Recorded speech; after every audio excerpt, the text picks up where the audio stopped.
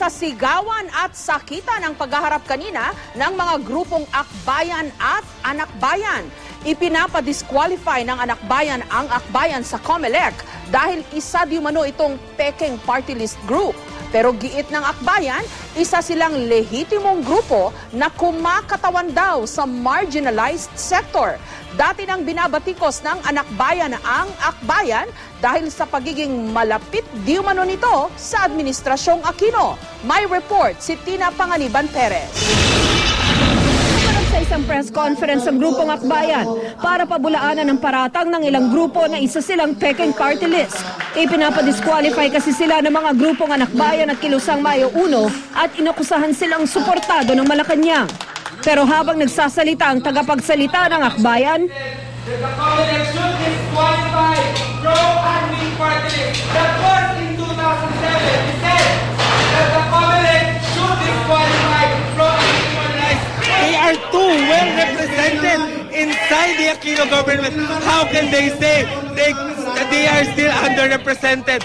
palakpak naman ang sagot ng Akbayan sa mga sigaw ng Anakbayan. Tagging us as communist front, tagging us as extremist left.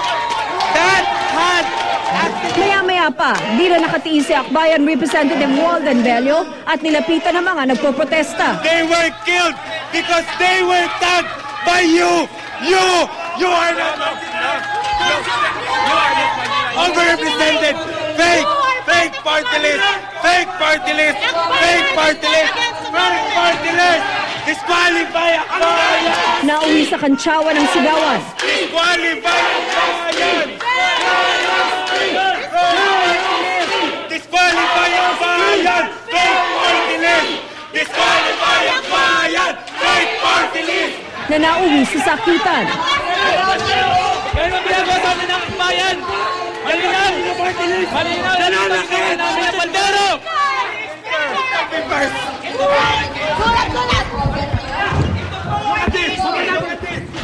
I am not. Basta kayo! Fake party list! Basta kayo! Ganito ang ginagawa na!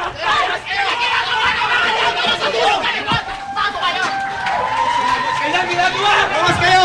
Sinasabi na lang hindi sila marginalized. Ganyan ba? Ang unay ng Akbayan! Nanindigan ng Akbayan na lehitimo itong party list group. Banat pa ng Akbayan. Nang isinusulong nila ang party list law noon, tumutol ang mga kaalyado ng mga grupong nagpapadisqualify sa kanila. Pero ngayon, tumatakbo na rin daw ang mga ito sa party list system. This shows na mainit talaga ang dugo nila sa Akbayan. They really feel that we are making success. We're being successful in representing yung interests of the marginalized, and they're getting desperate. Kaya you can see how desperate they were. But unfortunately nga, it's not a civilized way of debate. Wala rin daw masama kung may mga miyembro ang Akbayang itinalaga sa Administrasyong Aquino. It isn't a mortal sin though. It's called coalition work. Medyo naniwala yata sila masyado nung sinabi ni former Chief Justice Corona na hawak daw namin sa leeg ang presidente. Hindi po totoo yun. Okay? Akbayan is hardly the power behind the throne. Sa isang statement, sinabi ng Anakbayan na imbes na makipagdebate ay sinaktan daw ang mga nagpoprotesta nilang kasamahan. Pinigyan daw ng mga nagprotesta ng pagkakataon ng Akbayan na magpaliwanag tungkol sa mga isyong ipinupukol sa kanila.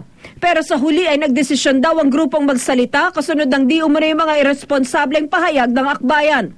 Panawagan pa ng Anakbayan, dapat daw ay itigil na ng Akbayan ang pagkiklaim na kabilang sila sa marginalized sector. Dati nang may hidwaan sa pagitan ng Akbayan at Anakbayan. Kabilang kasi ang Akbayan sa mga tinatawag na moderate left at kaalyansa na sila ngayon ng administrasyon. Ang Anakbayan naman ay nananatiling kritikal sa gobyerno.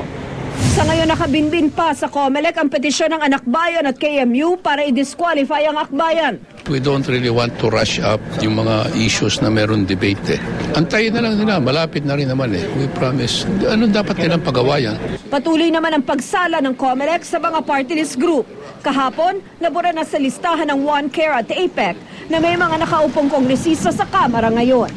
Tina Panganiban Perez, GMA News. Nagdemandahan sa Amerika ang kumpanyang Smartmatic at ang kapartner nito sa pagsusupply ng mga PCOS machine o Precinct Count Optical Scan.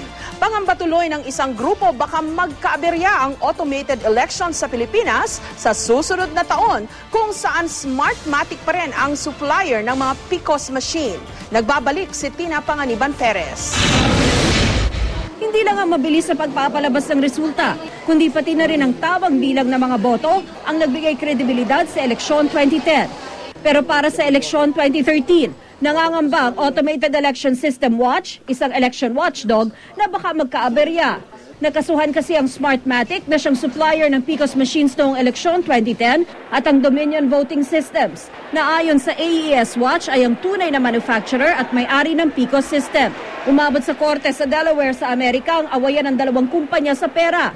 At nitong Mayo, pinutol na ng Dominion ang kontrata nito sa Smartmatic.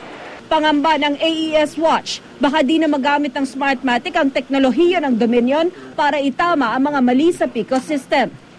Yung termination mismo, unilateral termination ng Dominion Voting System sa license agreement with Smartmatic ay will deprive Smartmatic of the programs, the systems, including the source code na kailangan ng Smartmatic para makorek niya, maremedyohan niya yung inaamin na nilang mga program errors.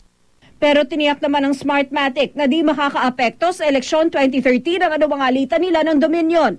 Ipatutupad daw ng kumpanya ang mga pagbabagong kailangan sa ating election system. Business as usual daw ang Smartmatic kahit pa nagkasuhan sila ng Dominion.